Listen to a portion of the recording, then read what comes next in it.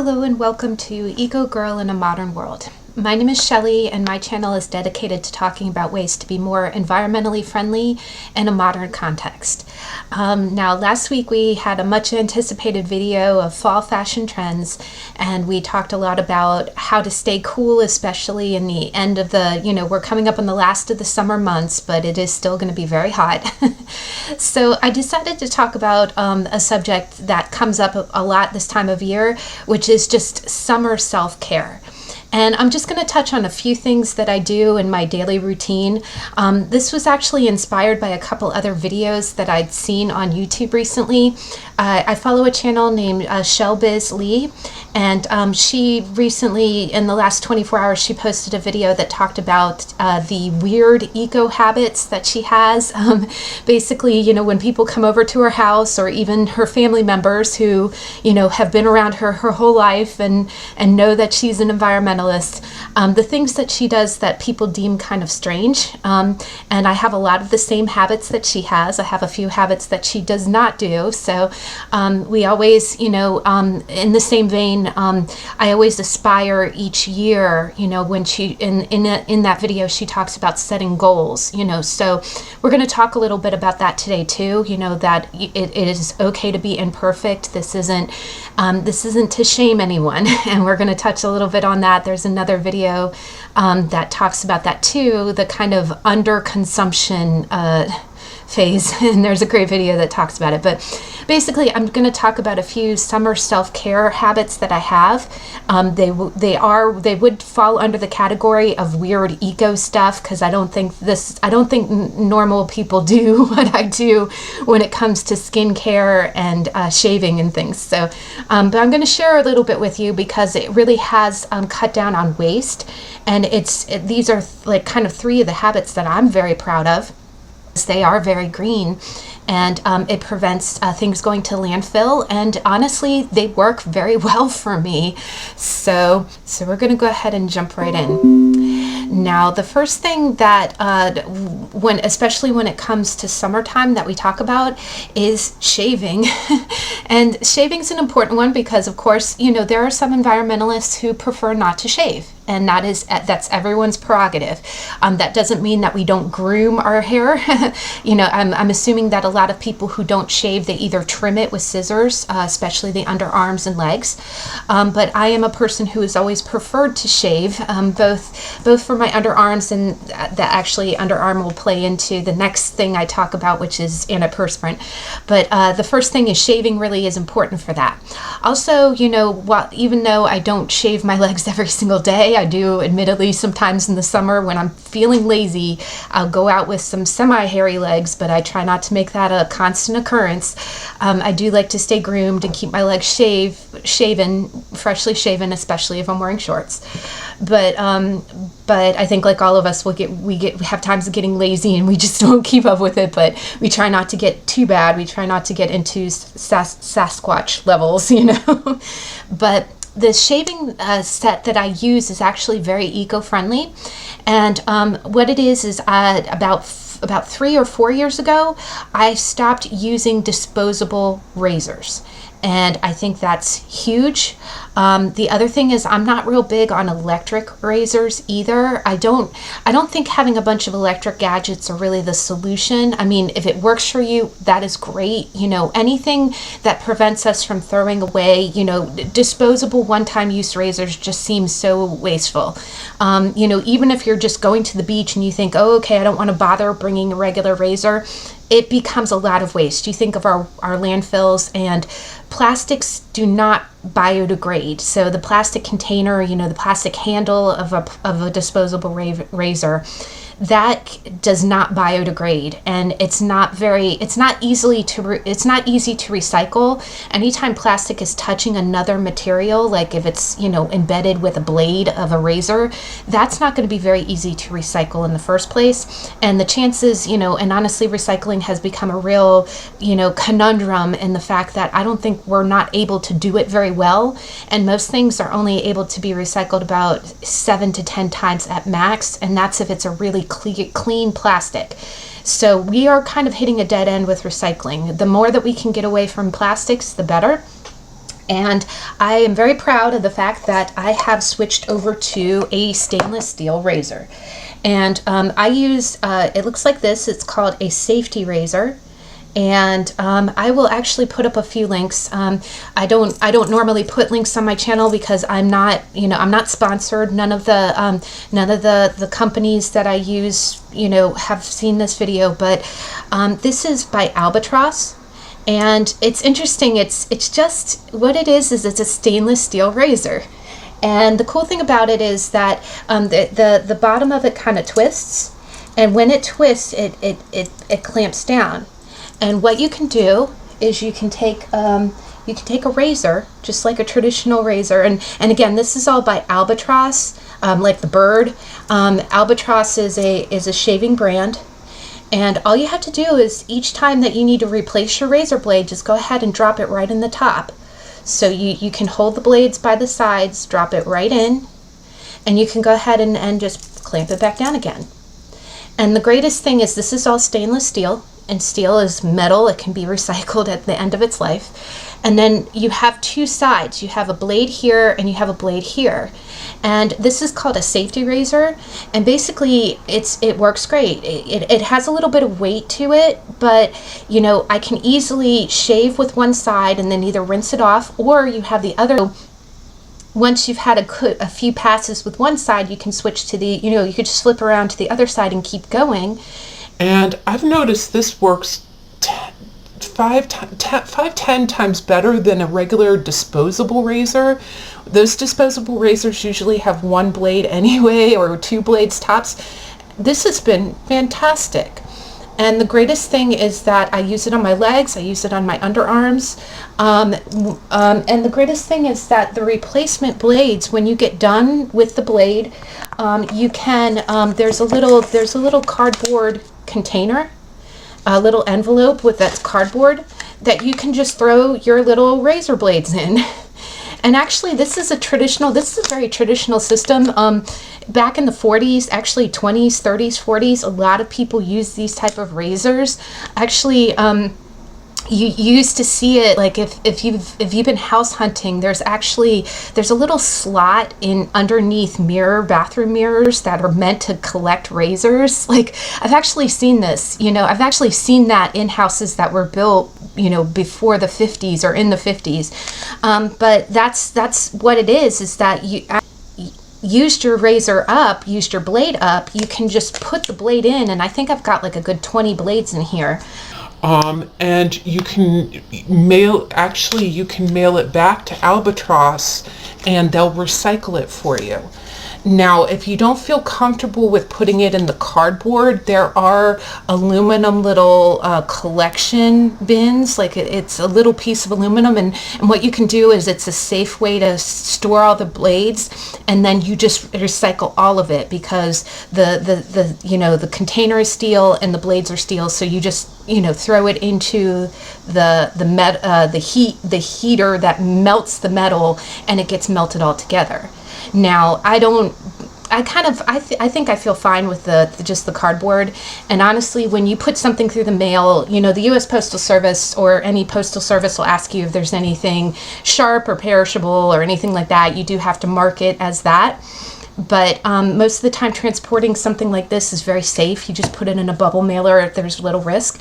And then you get like, what is this? This is like a 10-pack? I forget how many are in here. I think it's even more. 10 stainless steel blades, yeah. And the little pack is like this. And it's really great. It's just this little box, and they're not expensive. I can get like 3 packs of these for like $20 plus shipping. And then what it is it comes in this little envelope, and the little envelope just it's like little wax paper, guys. It's like paper, and then the blade is covered in wax, and you can just pull it out very easily by the edges. The other wasteful thing is that sometimes you get you spend a lot of money on like the shaving creams that come in those aluminum cans that are not really recyclable. The pump and the way that it's aerosol canned, that can't be recycled even if it's in a metal can.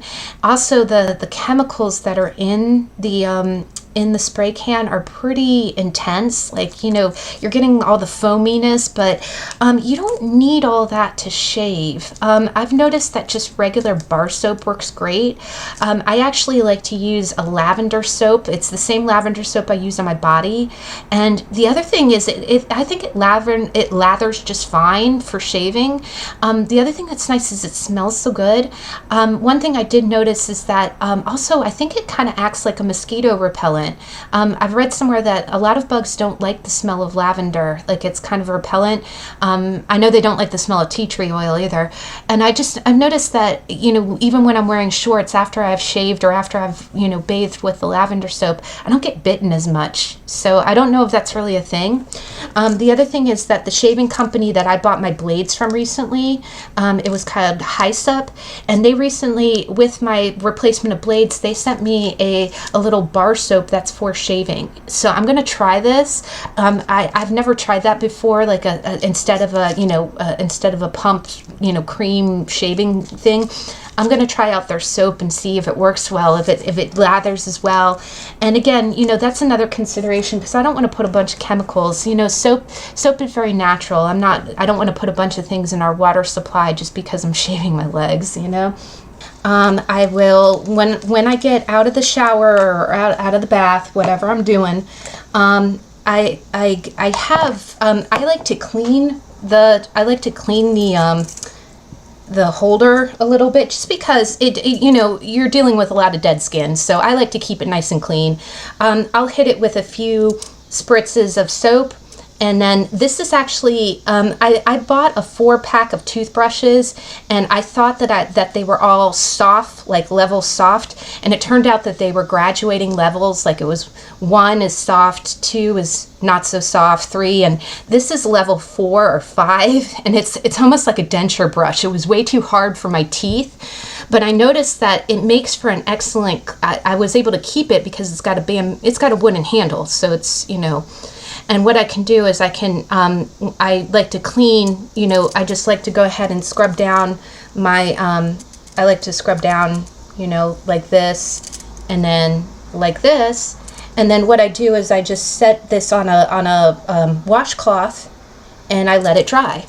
I've seen some people actually have holders that, you know, like a little plastic holders that you can set it up. Again, I don't like having a lot of doodads for this kind of stuff. I'll just, you know, set it up. It's never hurt it or, you know, affected the mechanism by letting it dry upside down. And then it's all ready to go for my next use.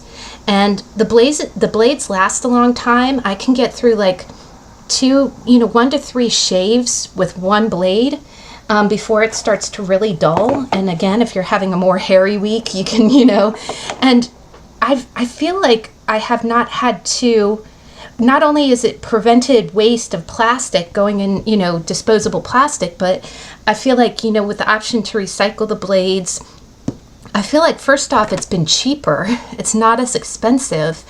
And I feel like I don't have to, you know, I do shave as much as I normally do, but I just don't feel like I'm dulling up the blades as fast. Now, there are other options if you don't like the, you know, I know mine is kind of manly looking. It's kind of like the guy's one. I actually even keep my little system in a little cup. It came with a little burlap bag, so I just keep my little shaver in there, and all the boxes with all of my blades are in there.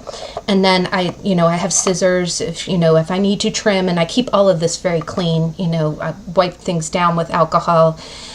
This is actually that my sister bought me, and it's made of like polyurethane, but it's also made with wheat. And it is actually biodegradable, or at least the claims are that it's biodegradable. And so my sister brought me this back when she went on a tour of the Titanic exhibit, and she thought this was a cool cup. So I thought that, you know, I thought it went well, because it's like my razor looks pretty old-fashioned, old-timey. I hope the Titanic reference isn't a bad omen. But all of my stuff, all of my equipment, you know, my cleaning brush and all of that fits very, very well. So once everything's all dried out, I just drop it back in, put it right back up into my medicine cabinet, and it's ready to go for the next use. Now, if you don't like the bulkiness of just the regular safety razor, there are more quote unquote feminine versions. There are ones that have more than one blades that has double or triple blades that are more like the common ones that you see, but they are still aluminum. I think there's one that's called Leaf, Leaf, that has that multiple blades. So if you prefer that, but I feel like I get a good clean shave with just the one blade on either side. I feel like I have a little bit more control with it, but to each their own. And the Leaf brand has the same thing. You can actually, the handles are still steel, but you can get them in colors if you want it to be more of a pretty eco thing. But so that's what I do for shaving. And again, I don't think I have not used a disposable razor in a long time. I think at least 4 to 5 years, and I'm very proud of that. And all of the blades that I use, I can recycle. They're stainless steel. So that's the first thing that I do for summer self-care in the shaving range. The second thing that I get into, and this is a big one, is antiperspirant, and that is a big deal, in the summer, especially when it has been as hot as it has been this summer. You want to make sure that you're cool and dry, especially under your arms. Now, I have no problem with antiperspirants in general. It's just the mainstream type of antiperspirant that you see has a lot of chemicals in it. So there's kind of two levels to antiperspirant. There's deodorant, and deodorant is it's like perfume for the underarms. It is just the fragrance that covers up the smell of sweat. Antiperspirant is the actual preventing of sweat. And what I see the most of with traditional antiperspirants is, first off, they mostly come in plastic containers. And the second problem that I have is that they are full of really, really nasty chemicals. There is triclosan, which is what's in hand sanitizer. It has been compared to paint thinner with the way that it strips your skin, and it is a carcinogenic. There's butane, and if butane sounds familiar, that is because that is what's in lighter. It is lighter fluid. Other things is the actual active ingredients are aluminum sulfide, and aluminum is almost like the kind of sealants that you see on the jewelry that you wear that makes you sick. Like, it's aluminum is the actual ingredient. What it does is it seals, it puts a barrier on your sweat glands so you don't sweat. But the problem is that is still aluminum, and just like lead is something that can soak into your skin and cause problems, aluminum can do that to you. You're in essence you're kind of blocking off your sweat glands, and yes, it does the job of making sure that you don't perspire, but it can also be very poisonous to your skin. And when you think about it, we just talked about shaving. How many times have you nicked yourself or been kind of raw and then you just slathered on antiperspirant over it?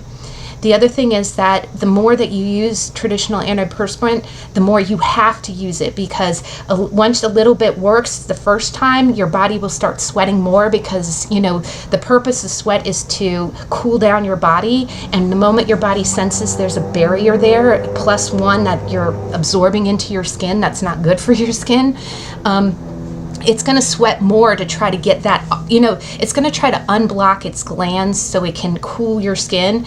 So it makes you sweat more, and then it makes you put on more, right? And tell me this summer that you haven't been putting on antiperspirant about 4 or 5 times a day, right? So for all those reasons, that was one of my goals years ago, is to get away from the nasty deodorant. Now, all deodorant is going to have some form of kind of like a salt in it, like a potassium or aluminum salt. And what I did is I actually found, and I've seen, like, even some of the eco channels I watch, what they do is, instead of using antiperspirant, they use deodorant, which is that other side. It's not so much trying to prevent you from sweating, but it kind of covers up the smell so much. And it's not bad. It does help keep you, it's almost better to let your body kind of do its thing a little bit. What you want to avoid is the bacteria that builds up, because bacteria is what makes it stinky, right? But the problem that I've seen is that a lot of antiperspirants I see still come in plastic containers, and just like we said, plastic takes 750 to 800 years to biodegrade, if at all, and the entire time it's going to be leaking chemicals into the ground of the landfills. The other thing is that the moment plastic has touched stuff like these type of chemicals, it can't be recycled. It's been in contact with aluminum sulfide. It's not, you're not, the moment that touches the plastic, that's going to make it kind of a contaminated. It's not going to be a virgin plastic anymore, and that is not going to get recycled. And that's probably why when you look at the back of holders for deodorant, antiperspirant, you're never going to see a recycle symbol. If you see one, that is greenwashing to the extreme because it can't be. It's impossible for the type of chemicals that have touched that plastic. It can't be recycled. But I saw that in antiperspirant, and actually I think it was ShelBizLeee, her favorite antiperspirant finally switched to cardboard packaging, which is a little marginally better, at least it biodegrades, you know. My Burt's Bees lip balm switched to cardboard packaging, so that's going in the right direction. We don't want to use plastic anymore. But the antiperspirant, the actual antiperspirant that I switched to, is called BioRock. And what BioRock is, you've probably seen this. Even back in the 90s, they had crystal antiperspirants, but it basically looks like this. It is potassium sulfide. It is a salt. It's a rock salt. And the thing about rock salt is just like it sounds, salt dries out, right? Salt is, and you've probably seen it. There are such a thing as salt toothpastes, and salts are a natural antiseptic. They're actually an antibacterial too, because of course, you know, bacteria grows in moist environments. If you're putting some type of salt in there, or potassium, it is going to dry that out. It's going to keep you dry. And the other thing that's nice about it is that you know, it tends to be mostly, you know, it is aluminum. It's a mineral salt, so it's still aluminum. And it may not be 100%, you know, just like anything, you're putting aluminum under your pits, but this just feels a little bit more natural. And the nice thing is that it comes in a cork container, and the cork containers are really, really nice. Now this one is my worn out one. I have a new, that one I just showed you was new. This one has actually been worn down so bad that I can actually take it out. But what I do is you run the tip under a little bit of water, and then you slather it on. Now admittedly, you have to keep your armpits pretty shaven for this to work, but I've noticed that I haven't had to apply it as much. So I haven't had that negative effect of having to slather on more and more and more. Even as hot as it's been, I'd probably have to apply it maybe once or twice a day. And something about rinsing it under the water just kind of keeps it even cleaner underneath. Now, I know that sounds kind of inconvenient because some people, you know, you'll throw your antiperspirant in your gym bag and you can just roll it on without needing water.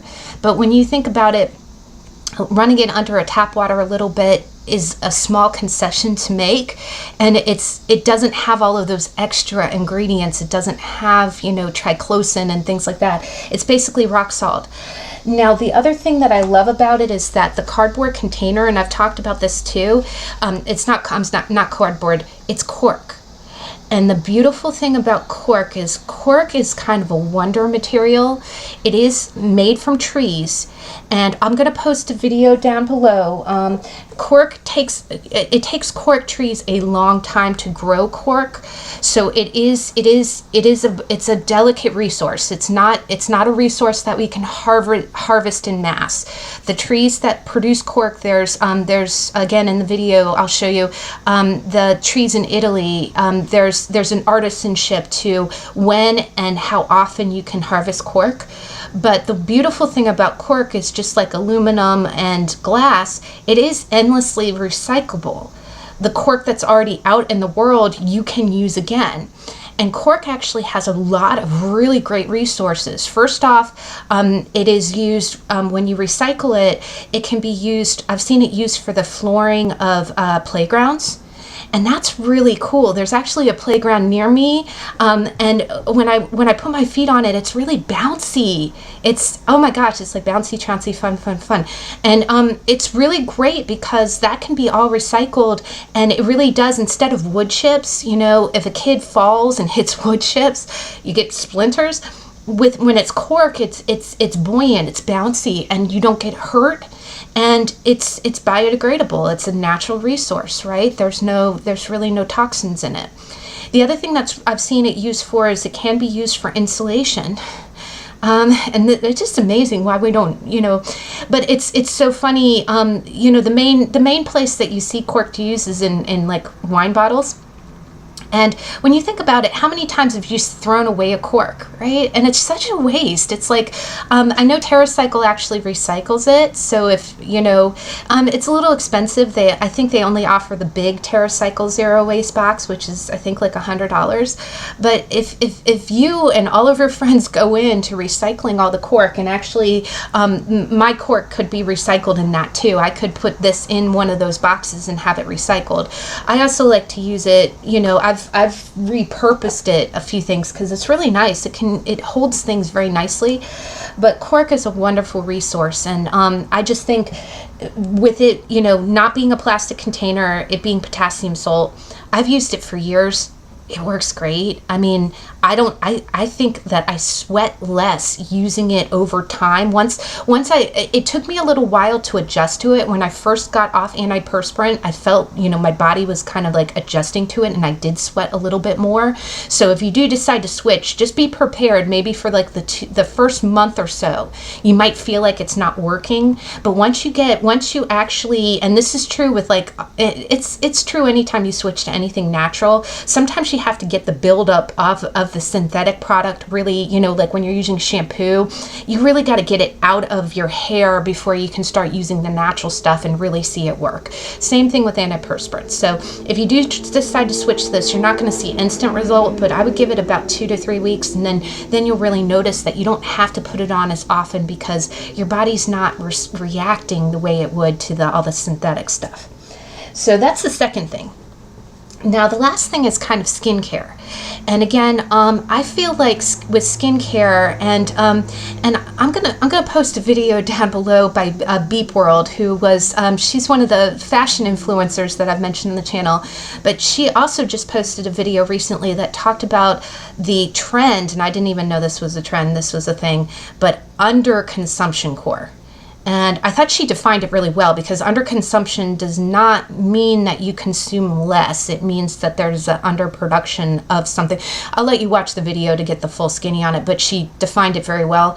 But the other thing it is that she talked about how sometimes you can feel really guilty. Like that you almost take it personally when you think, oh, well, this person's so perfect. She only uses this many things, and I have to use 20 million skincare products.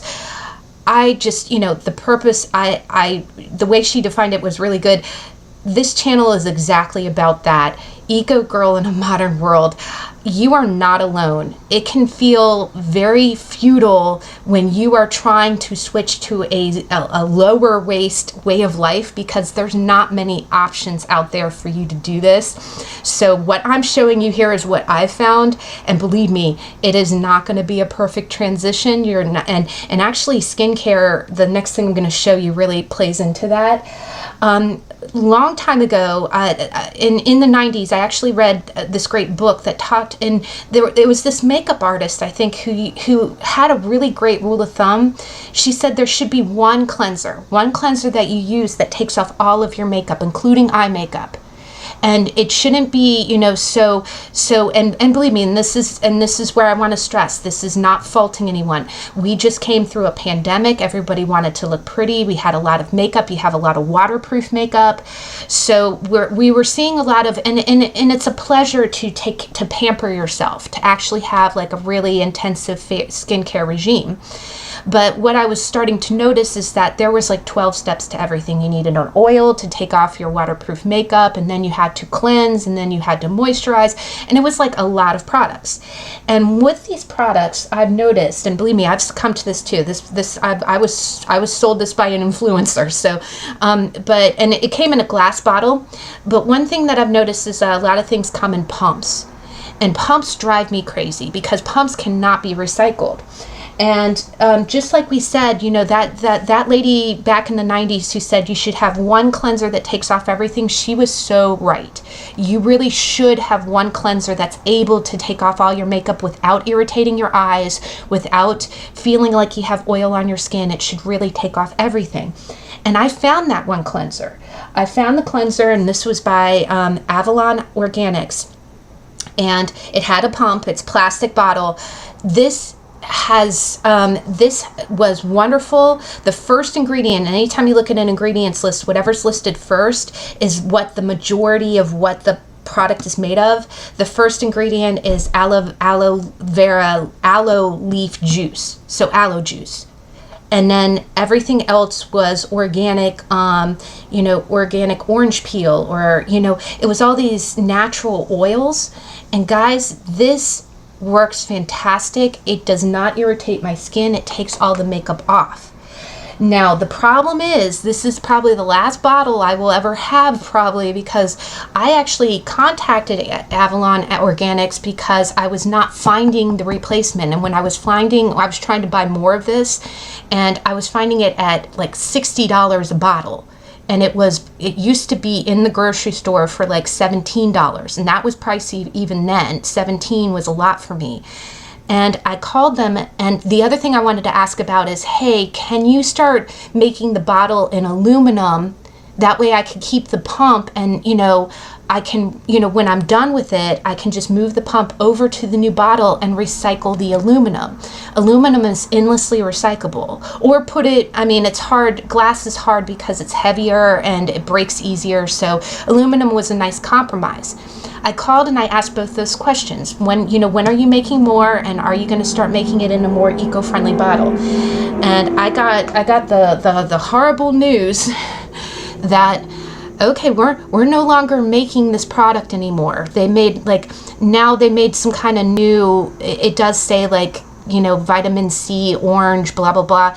You look at the back, and the first ingredient is all synthetic. It's all, it's lauryl sulfite, which is that bad paraben crap. And it does not work worth a damn. And I think what happened was it got too expensive for them to do the organic oils. They either that, or this kind of depressed me, is that we might be getting to the point where we're over, their supply of where they were getting the oils is no longer available for whatever reason, or it's no longer organic.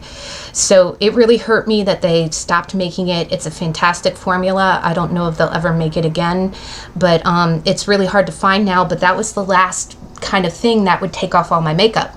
But I noticed that since the first ingredient was aloe vera, I decided to kind of, pivot and try to do this a little bit in a better way. Now, one thing that I found that works really well, that cleanses my skin well, is Desert Essence. And this is a face wash for oily skin, but it's made with tea tree oil. Now, the one thing is, if you can be allergic to tea tree oil, so you want to always, if you decide to go with any of these cleansers, always do kind of a skin test first. I have a family member that it really, tea tree is in the same family as eucalyptus, so sometimes it can really break you out really badly. You can have a bad reaction. So, of course, always test something out and kind of like a patch test on your skin, or talk to your doctor if you're really allergic. But I noticed that was a great cleanser, but the problem is it is tea tree oil. It's for oily skin. I can't use it on my eyes.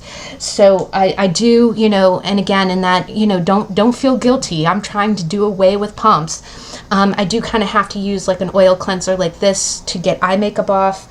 And then, I have my dwindling, my last bottle of the good stuff. But instead of buying more pumps, I've noticed that what I can do is I can buy this in the big bottle. It is plastic, but instead of having a pump, it has this. And what I do is I have a funnel, and this thing is great. It's silicone, and it can flatten up. It's really neat. It can flatten up for storage, so it doesn't have to be like full.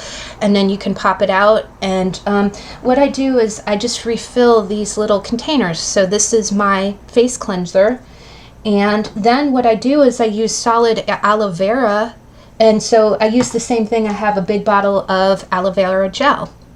and I just get this at Whole Foods. You can get it gel or juice. Gel is thicker. It's the actual, it's like the stuff that you put on sunburns without any additional ingredients. I don't like a lot of soothing gels that you buy for sunburn has like alcohol in it, believe it or not, or it has fragrance, or it has the green dye to it. I don't need all this. I just need 100% organic aloe vera gel. And what I do is, so I have my little container of my tea tree oil wash, and then I have, and I can tell it's color coded. I have my blue wash for aloe vera, and then I have a last one that I use for hair. And again, I've been trying to get away from so many hair products, and again, this is no shame, but I put aloe vera gel in this, and then I put certain oils in it. Like there's an oil company in South Carolina. I had gone to a lavender festival and I got introduced to the owner, and they have really, really great oils, including African blue basil, which really smells amazing. They also do natural hemp flower oil, which is very moisturizing. And I've noticed that my hair just loves this. And I have naturally curly hair, but it's very fine, so light moisture works well for it. Of course, always use your best judgment. But what I do is I just, if I don't have any eye makeup on, I cleanse with this everywhere but the eyes. And then on my face, I moisturize with just straight aloe vera gel, including my neck and my face. And then after I've showered, I have bar shampoo and bar conditioner, but after I shower, I go ahead and put the aloe vera gel through, and this has essential oils. And then on the ends of my hair, I do have a separate jojoba oil that's just, that is also a pump, but I can refill it. I'll just put a little bit of extra moisture on my ends. And in the summer, my hair is always frizzy, but I have to admit it doesn't look so bad, and I can actually touch up. Now, you don't have to use such a small bottle. You could use a bigger bottle. The only problem that I have with this bottle is that you notice how big the little cap is. Sometimes if it's a more liquidy kind of thing, it can just dribble out without much control. What I love about these little bottles, first off, they have a little suction cup, so if you do travel, you can just take it and go, and it suction cups to the side of hotel, of shower walls. But what I love about this is that this actually has the little kind of squeegee, so when I pull it out, it just squirts out the right amount, and that works both with my face gel. And the great thing about aloe vera is if you end up using too much, it's not like hair stuff where you have to wash it off. If you end up using too much, I can honestly just put it anywhere on my face or hair. And I know that sounds really strange, but it feels amazing, especially in the summer heat, because all it does is it's just light moisture, and it's not real heavy. And again, I got this inspiration because it was the first ingredient in the cleanser that I have used forever. And it's very easy to clean those bottles too. Just, each time before I refill it again, I do a good cleaning with soap and water, Castile soap and water. And I just feel like, first off, it hasn't been as expensive as the high-priced, facial routine, and it keeps me moisturized. And the other thing is that when you buy with the bigger bottles, you're not only able to avoid those pumps, but you kind of get more product for your money, and it lasts longer. And I have to admit, for all of this, it has lasted me longer. Like even the deodorant is more expensive. The crystal deodorant's it's about $24, which is pretty pricey, but I feel like it lasts me twice as long than a regular deodorant. So the price kind of evens out. Antiperspirant now is not cheap. It's about $10, each one in the plastic. So, buying it this way really goes a long way. The other thing is that, by being able to portion it out, I can see how much I'm using, if I'm using more or less. In the vein of, also in the last vein of skincare products, I've always been fascinated by ways that we can, handle our skincare without all this extra packaging. Packaging has always been a problem for manufacturers, for everyone, and it's and one thing that I've seen, and I've seen this a lot in YouTube videos too, is that it seems to always start in San Francisco, California seems always so green, but just like you go to green grocery stores, and they have just like you can bring in instead of bringing a plastic bag, you can bring in like a refillable container. Like if you're buying peanuts in bulk, or if you're buying how there's bulk dispenser kind of things for certain type of things like nuts and raisins and stuff like that. And I see that at a lot of the markets, like Roots markets. I don't see it at Whole Foods, but then again, Whole Foods is owned by Amazon right now, much to my dismay. But in San Francisco, and I'll put an article down below, there's a website that talks about it. There are places that have dispensary skincare, where instead of you having to buy a bottle that has a pump that's going to go into a landfill, you can just bring in your bottle and refill it. And the nice thing is that they become in big bottles that can go back to the manufacturer to get refilled and come back, and there's sanitary ways that you can do that. And honestly, that I feel like that's the best way, and that's really what I was kind of asking for with this is there a way that I can just refill this, that I can just pay for the content? And honestly, that goes a long way. If you've got the container and you've got the pump, why do you have to pay? That's the other thing. Why do you have to pay each time for the container and the pump again? You shouldn't have to pay for that multiple times. You should be able to go in and just buy the product. And it'd be nice if they had the product to buy. But that list, I was fascinated by that. There's a list of, there are such a thing as stores that have that kind of system, especially for skincare. And I would love to see that pick up in other places. I know we have it on the East Coast, but it's amazing how that works. And I would love to see that pick up and become a thing. But again, if you watch the other videos, don't feel bad. I still have hair products. I don't use it that often, but they're the stuff that you buy in the grocery store, in CVS, at the hair places. So if you do have a bunch of containers, I know it's difficult. It's a challenge, and I'm not saying par down to nothing. I'm just saying that just like with any routine, any summer routine. You can always make a goal for it and see if it works, because really trial and error is how we do everything, right? If you're in the market for a new skincare product, you always test it out anyway. So if you find a system, and especially like a refillable system, also, the products that work really good on your skin, look at the ingredients list and see if there's a more green alternative to it that would have these type of options for you. But so this is the summer routine. I hope you enjoyed. I know it's a little bit weird. Again, it's my weird eco habits. But again, we're going to just try to be the change that we wish to see, and the best place to start is to see what you like and how you can advocate for it to come in channels that are good for the planet. But I hope you enjoyed our video today. If you like the content that you see here, I would be very honored if you would like, comment, and subscribe. And I'll see you in 2 weeks with the next video. See you then. Bye.